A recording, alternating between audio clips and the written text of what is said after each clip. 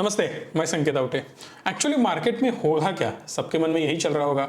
Bank Nifty का बहुत बार हमने एनालिसिस किया है, बट बहुत सारे लोगों का एनालिसिस अब उल्टा जा रहा है, क्योंकि जो लोग बोल रहे थे कि नेगेटिविटी मार्केट में है, अब उनको लग रहा है कि पॉजिटिविटी आ सकती है। बिकॉज यदि आप मार्केट में देखोगे निफ्टी 50 का चार्ट, तो आपको पता चलेगा कि एक हैमर बनने की कोशिश यहाँ पे हो रही है। मे बी यहाँ से मार्केट अब ट्रेंड में जाने की कोशिश कर सकता है, ये बहुत सारे एनालिस्ट का एनालिसिस है, but I don't think so. यदि यहां से मार्केट थोड़ा भी ऊपर जाता है तो हाँ ठीक है, यहां से थोड़ा ऊपर जा भी सकता है, बट इसको नीचे आना ही होगा, क्योंकि ये सेम लेवल्स को रिस्पेक्ट करते हुए मार्केट को डाउन ट्रेंड में रैली कंटिन्यू रखनी होगी बिकॉज ऑफ दी फंडामेंटल्स। बहुत सारे स्टॉक के फंडामेंटल्स गड़बड़ा गए। ग्लोबल न्यूज बहुत बड़ी गड़बड़ चल रही है। अगर आपको पता होगा तो सिलिकॉन वैली बैंक आपको पता होगा, बहुत बड़ा क्राइसिस आने वाला है। जेरोमी पॉवेल की कमेंट्री आप सुनोगे, वो भी कंटिन्यूअसली निगेटिविटी चल रही है वहां पे भी।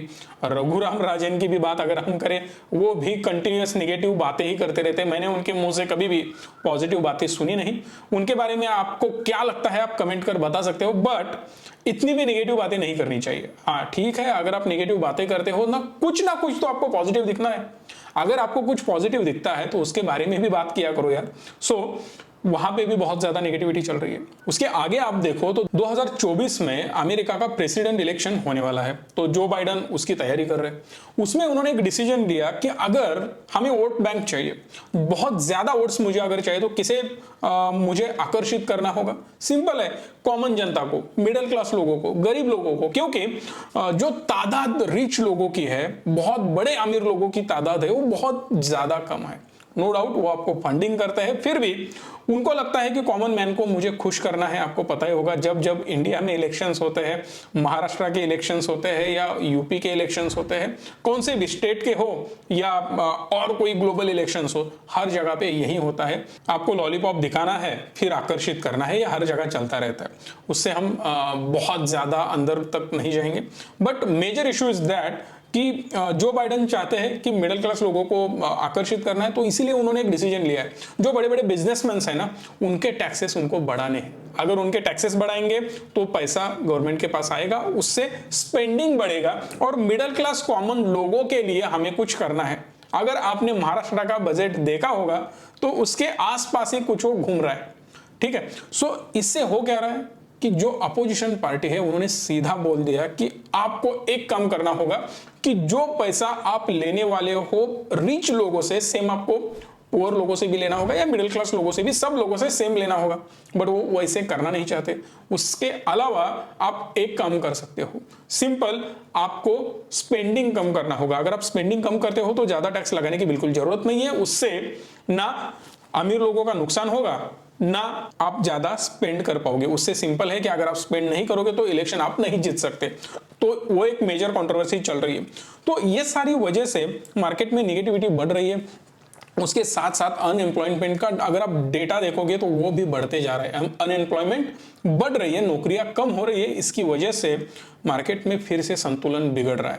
उसके साथ साथ इंटरेस्ट रेट बढ़ाने की कोशिश भी बहुत ज्यादा एग्रेसिवली हो सकती है। उसका इंपैक्ट भी मार्केट पे होगा, बिकॉज अगर आप इंटरेस्ट रेट बढ़ाओगे तो सिंपल फंडा है, स्पेंडिंग पावर कम हो जाएगी। अगर स्पेंडिंग कम होती है तो डिमांड भी कम हो जाएगा। इसका मतलब सप्लाई में भी कमी आनी चाहिए। अगर सप्लाई कम होता है तो डेफिनेटली कंपनी के लॉसेस होंगे या कंपनी एग्रेसिवली आगे नहीं बढ़ पाएगी, ग्रोथ रेट उनका कम हो जाएगा। इसीलिए स्टॉक मार्केट पे एक नेगेटिव इंपैक्ट हो सकता है। बाय द वे, हमने ट्रेंड लाइन पिछले एक महीने से ड्रॉ कर रहे हैं और कंटिन्यूअसली इसी ट्रेंड लाइन को रिस्पेक्ट कर मार्केट नीचे आ रहा है। आई थिंक मार्केट 5 मिनट के टाइम फ्रेम में अगर आप देखो तो मुझे नहीं लगता कि ये सस्टेन कर पाएगा और इससे ज्यादा ऊपर जा पाएगा। अगर लेवल्स की माने तो सिंपल है, अगर कल ब्रेकआउट करता है तो मे बी मार्केट मैक्सिमम मुझे लगता है 17,480 तक जा सकता है, या 460 और 80 के बीच में मूवमेंट कर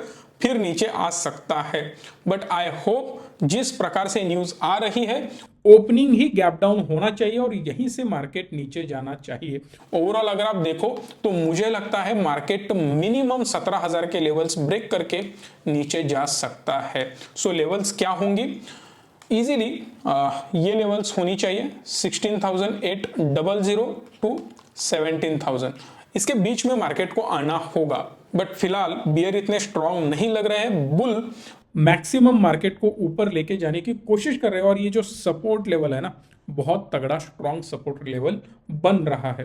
जो सपोर्ट लेवल अगर आप एग्जैक्ट बात करो 17,300 से लेके 400 के बीच में एक सपोर्ट बन रहा है, और रेजिस्टेंस की अगर आप बात करो 17,800 से लेके 900 के बीच में रेजिस्टेंस बन रहा है। इन दोनों के बीच में मार्केट का होना बहुत ज्यादा इंपॉर्टेंट है। May be market consolidation phase में जा सकता है और कुछ दिनों के लिए, बट उसके बाद एक डाउनसाइड मूव एक्सपेक्टेड है जो कि कंटिन्यूअस 17,000 की तरफ हमें लेके जा सकता है। अगर मार्केट नीचे जाता है तो एक चीज याद रखना, हरी भरी में कोई भी ट्रेड हमें बिल्कुल नहीं लेना है, विद कंफर्मेशन ही हमें ट्रेड लेना है। और मार्केट के अगेंस्ट अगर आप कॉल बाय करने की कोशिश करते हो तो फंसने के चांसेस बहुत ज्यादा हो सकते हैं। सो बी केयरफुल, बेमतलब के ट्रेड मत लो, अदरवाइज डेफिनेटली आपके लॉसेस ही होंगे। अगर आप बैंक निफ्टी का भी चार्ट देखोगे तो समवेयर अराउंड सेम ही हमें देखने मिलता है, और यहां से इसकी रैली कंटिन्यू तो होने ही वाली है। विद इन फ्यू डेज हमें 39,000 के टारगेट्स इजीली देखने मिल सकते हैं। बाय द वे मेरा पर्सनल ओपिनियन है, अगर आपको इन्वेस्ट करना है, कहीं पैसा लगाना है तो खुद सोच समझकर पैसा लगाना। मैं कह रहा हूं इसकी वजह से कहीं पर भी पैसा मत लगाना। ये वीडियो सिर्फ एजुकेशन पर्पस के लिए बनाया जा रहा है। इसे अगर हमें और ज्यादा ड्रिल डाउन करना है तो आपको समझ में आ जाएगा, यहाँ पे एक ट्रेंड लाइन बन रही है। अगर इस ट्रेंड लाइन का ब्रेकआउट अपसाइड होता है, फॉर एग्जांपल जैसे इसे अपसाइड ब्रेकआउट कर देते हैं और 40600 इसे ब्रेकआउट कर मार्केट ऊपर जाने की चेष्टा करता है, तभी आप बाइंग लेवल पे सोच सकते हो। बट एग्जैक्टली एग्जीक्यूशन कब करना है, जैसे ही मुझे ये लेवल ब्रेकआउट दे दे, 40,680 की लेवल अगर क्रॉस हो जाती है तब बाय करने की कोशिश हम कर सकते हैं, अदरवाइज अवॉइड करना बहुत बड़ी बात हो सकती है। जैसे ही 40,680 की लेवल क्रॉस कर देता है मार्केट, तब इजीली हम कोशिश कर सकते हैं 40,900 की लेवल। जब भी यहां तक मार्केट जाए हम एग्जिट ले सकते हैं। स्टॉप लॉस छोटा होना चाहिए, 20 पॉइंट का 40,640 का हम स्टॉप लॉस लगा सकते हैं ताकि आपका लॉस बहुत कम रहे। और बाय द वे अगर मेरा व्यू पूछो तो मार्केट कंटिन्यूअसली डाउन ट्रेंड में जाना चाहिए। कल ओपन होते ही मार्केट गैप डाउन या नियर अबाउट यहां कहीं ओपन होके सीधा इसे रिस्पेक्ट कर सकता है, अदरवाइज कंटिन्यूअसली डाउन ट्रेंड में जा सकता है या यहीं से रिवर्स हो सकता है। लेट्स सी मंडे को क्या होता है। सो आपको क्या लगता है, मार्केट ऊपर जाने वाला है या नीचे?